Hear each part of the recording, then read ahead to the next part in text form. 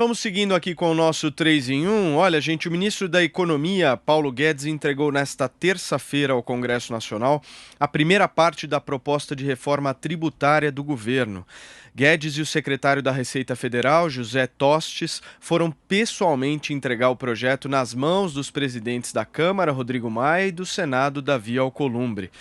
De acordo com o Ministério da Economia, essa primeira proposta trata apenas da unificação de PIS e COFINS, os dois tributos federais sobre o consumo. Temas mais complexos, como a inclusão de tributos estaduais nesse imposto único, mudanças no imposto de renda e a alteração da carga tributária, devem ficar para uma segunda fase. A expectativa é de que em agosto o governo encaminhe a outra parte. Hoje, em entrevista à Jovem Pan, o assessor especial do Ministério da Economia, Guilherme Afife Domingos, garantiu que o projeto para a criação de um imposto sobre transações digitais será encaminhado ao Congresso em 15 dias. O texto, que prevê um tributo nos moldes da antiga CPMF, é um complemento da proposta de reforma tributária do governo federal. Constantino. Bom, Paulo, boa notícia, né? Finalmente o governo envia a sua proposta. Vamos lembrar que já tem uma da Câmara, tem outra do Senado, e esse é o maior vespeiro que existe, né? A reforma da Previdência parece fichinha perto da reforma tributária, que envolve a divisão do bolo no Pacto Federativo, Estados, Municípios e União, envolve diferença entre setores, uma complexidade ímpar de tributos que chegam a mais de 80, incluindo taxas no país, é um verdadeiro manicômio tributário, áreas de isenção, como, por exemplo, Manaus, e subsídios da forma para setores. Então, é uma confusão dos diabos, é muito difícil você chegar a consensos. Mas o que foi a marca desse momento hoje, da entrega da reforma do governo, né, pelo Paulo Guedes, foi justamente o clima de tranquilidade e paz. Foi apontado, inclusive, por um deputado, que é o Paulo Eduardo Martins, que festejou e espera que daqui para frente consigam manter mais ou menos esse tipo de ambiente, até porque a gente entende que, tendo o Congresso que temos, um clima de conflito permanente é até justificável, mas não consegue construir pontes, né? Então, precisamos sim avançar com a reforma. Essa primeira proposta entregue, só para ter noção, eu estava lendo antes de começar o programa, mas são 61 páginas, que é para simplificar alguns poucos tributos. A ideia original é criar o CBS ali, unindo só PIS e COFINS, 12%. A própria Câmara, o Rodrigo Maia já mencionou, e outros parlamentares gostariam de incluir outros 3 tributos, mas o governo foi com mais calma nesse momento, né? Então, só para tentar simplificar um pouquinho os tributos, já é preciso aí um calhamaço de mais de 60 páginas, né? Tamanhas as especificidades que temos e as várias diferenças e isenções e tudo mais. Então, é realmente uma coisa de maluco, que faz a alegria de todos os advogados tributaristas no país. Aliás, é um parêntese só de curiosidade, né, anedótica quase, mas reveladora e simbólica da loucura que transformaram o Brasil nesse sentido.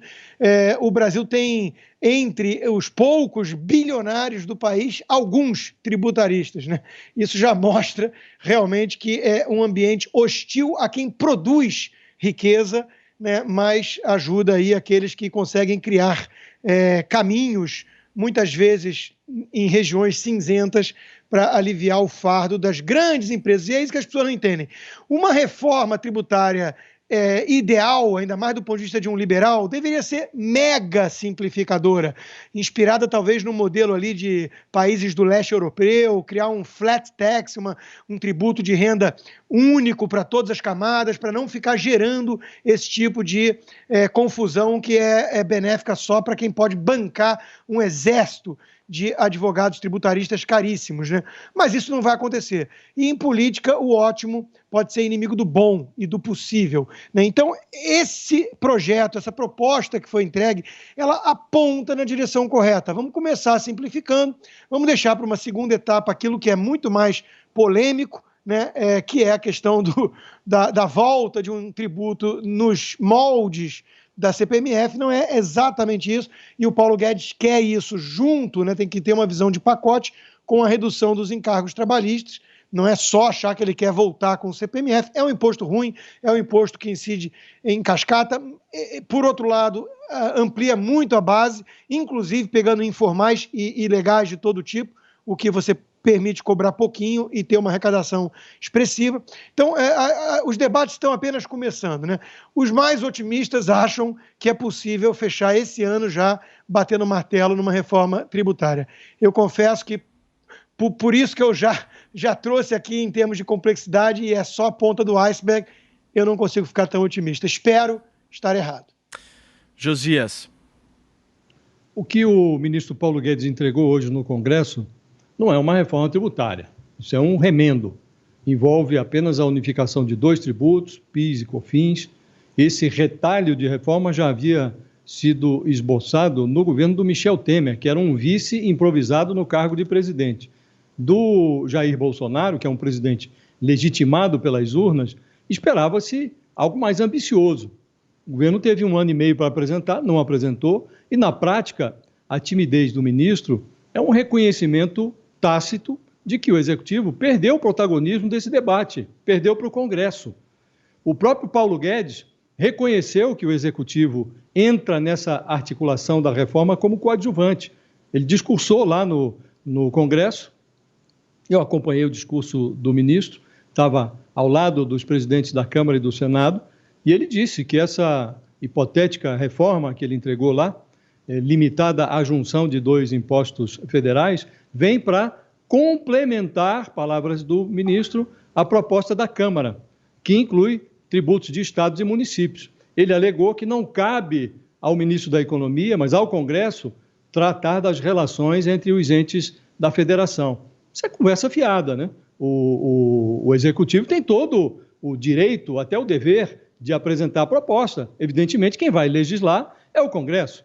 Aí diz o ministro, eu não posso invadir o território de prefeitos e de estados. Mas ele declarou lá que dá total apoio à proposta que está em discussão na Câmara, que abrange tributos federais e também tributos municipais. Trata do ISS, que é do município, do ICMS, que é dos estados. Na verdade, o desejo do ministro é o de promover uma coisa maior, mas ele não encontrou ambiente para isso. Ele quer emplacar o imposto sobre transações digitais, que é a versão eletrônica da velha CPMF, mas houve uma enorme resistência.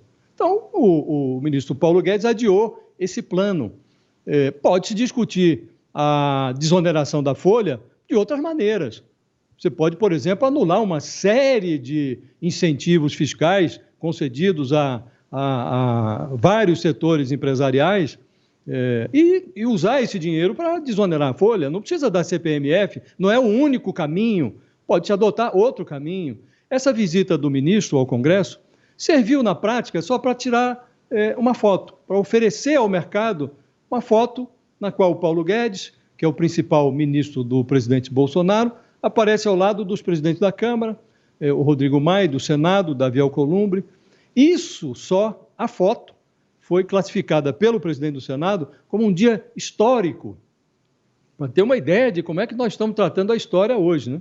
Tudo conversa mole, porque a história ela é feita de resultados, não de intenções. Então é preciso ver o que vai sobrar lá na frente, depois que essa discussão sobre a reforma passar pelo corredor da posteridade, que é um corredor muito seletivo. Então é preciso ver o que sobrevive depois. Agora é tudo fotografia, conversa mole, propostas, vamos ver o que vai sobrar. Se sobrar alguma coisa, ainda neste ano, é uma aprovação pelos deputados, na Câmara.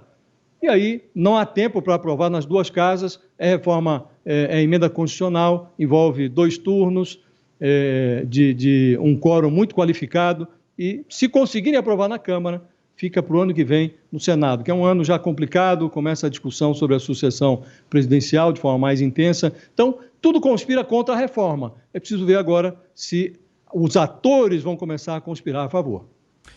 Você então, Thaís Oyama. Paulo, assim como para o Josias e para o Constantino, também me impressionou o clima da cerimônia de entrega da reforma, da proposta de reforma, que juntou todo mundo, Paulo Guedes, presidente da Câmara, presidente do Senado, todo mundo se autocongratulando, congratulando os outros e tal. O presidente do Senado, Davi Alcolumbre, falou, como lembrou Josias, em dia histórico, ele parecia até emocionado e era um tal clima de euforia que dava a impressão de que eles estavam comemorando a aprovação da reforma tributária, né? Mas não, era só, tão somente, a entrega de um pedaço, de um retalho, como disse o Josias, da proposta de reforma tributária do governo federal, que está sendo prometida já há mais de um ano. Então, eu acho que era uma comemoração um pouco antecipada, né, para não dizer exagerada e tal. Porque há 30 anos o Brasil fala da necessidade dessa reforma e, como a gente falou, o ministro Paulo Guedes está prometendo ela há mais de um ano, inclusive no discurso ele culpou o coronavírus pelo atraso, não é bem assim, mas digamos que o coronavírus teve uma influência aí nesse atraso. Agora, de fato, não é algo fácil, é como a Previdência era há 3 anos, né? Todo mundo concorda que ela é fundamental, que ela é necessária para o país, mas chega na hora de discutir os detalhes, todo mundo discorda. A vantagem é que, nesse caso, o sistema tributário brasileiro é tão calamitoso, que qualquer mudança, na verdade, qualquer simplificação já é algum avanço. E, por enquanto, o governo resolveu, então, dar essa recuada, comer pelas beiradas, está focando no IVA, esse imposto que vai substituir, que eles querem que substitua o PIS e COFINS, mas, como confirmou o secretário Afif, nessa entrevista que você citou para nós, hoje de manhã, o governo não desistiu de criar a CPMF, ou esse imposto sobre transações digitais, como eles preferem chamar. E a novidade, no sábado, o presidente Jair Bolsonaro, que era visceralmente contra a nova CPMF, aliás, ele era visceralmente contra qualquer novo imposto, pelo menos quando ele era candidato à presidência, ele já sinalizou que não é mais tão contra assim. Ele falou que o imposto defendido pelo Paulo Guedes não é uma CPMF, é uma tributação digital. E daí, quando perguntaram se ele era a favor ou contra esse tal de imposto, chamasse CPMF ou não, aí ele falou que não ia responder, que aquilo era uma maldade, perguntar aquilo para ele. Enfim, como a gente comentou aqui outro dia, o vice-presidente Hamilton Mourão, ele tinha sido encarregado de soltar esse balão de ensaio da nova CPMF, fez isso há mais ou menos uma semana. A novidade agora é que o presidente Bolsonaro em si se junta a ele nessa experiência de testar a opinião pública. Meu palpite é que o presidente logo recua, porque vai ser uma grita danada. Josias pedindo a palavra.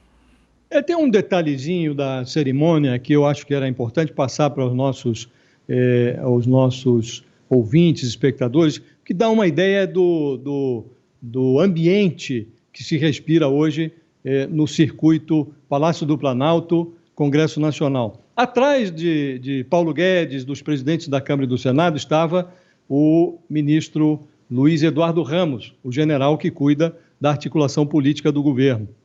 Estava lá com a sua máscara e, quando discursou, o Rodrigo Maia foi muito elogioso em relação ao general Luiz Eduardo Ramos. Rasgou elogios. E, depois que o Rodrigo Maia terminou de falar, o general se aproximou dele e falou alguma coisa. Não foi possível ouvir o que o general disse, mas foi possível ouvir a resposta do Rodrigo Maia.